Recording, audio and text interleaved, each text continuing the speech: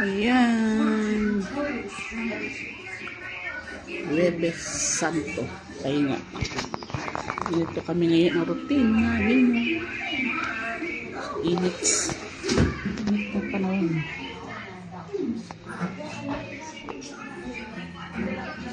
Tapo ko na yan, ay? Tapo ko yung basura. Mamaya labas ko. Ibaba na lang niya yan. Ibaba na lang yan kasi nagani langgam. Tagalit ka yan.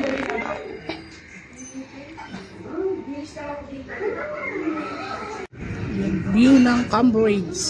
Yan. Baba. Sobrang init. Yan po, meron tayong galunggong na maliliit na po siya. Oh.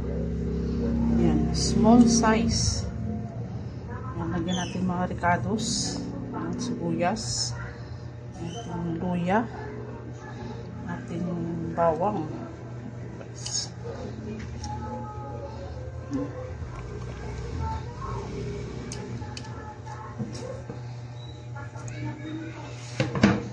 Ayan. Tinang kunting asin. Yan po. Tayo ng pamintang crack. Kunting magic guys. Yan o. Sa ating ayan suka. Yan, wala tayong tubig dito ilalagay guys, puro suka lang. Yan na po siya, ating galunggong. Ayan po guys. Yan, lagyan natin ng kunting silver sauce na tuyo. Yan po. Yan po siya.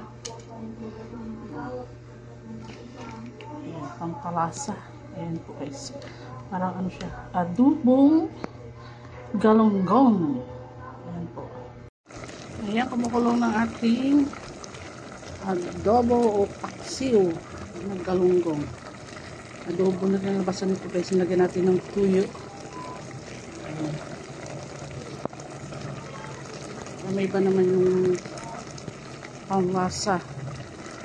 Ayan, malapit maluto ang ating galunggong na adobo. Ayan po guys. Ayan po.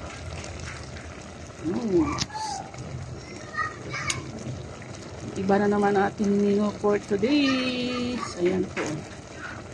Nilagyan natin siya ng tuyo, suka, paminta, bawang at luya at simple sibuyas po guys.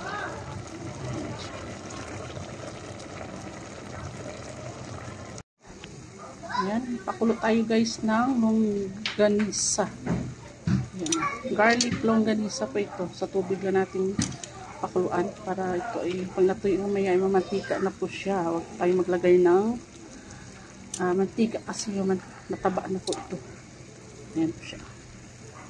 Garlic longganisa po yan guys. Galing po. Ayan o, patuyo na kanyang tubig. Ayan, mamaya magmamantika na po yun guys. Hintayin na lang natin na matuyo at magmamantika ng sarili niya. Ayan na po guys. So, natuyo na yung tubig natin na pinakulo dito sa ating longganisa. Ayan, nagsipusan na siyang magmamantika. Ayan. Magaluto na rin ito dahil pinakuluan natin sa tubig. Ayan, i-brown na lang natin konti. Ayan guys, naglalabas na ang kanyang mantika sa katawan. O, diba? Hindi na tayo pwede maglagay dito ng mantika kasi masyado ng tataba at yung kinakain na cholesterol, oily. Oily na po siya.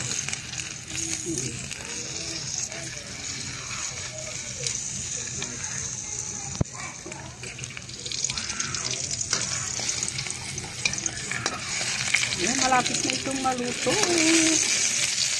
Kunting pa-brown na lang po guys.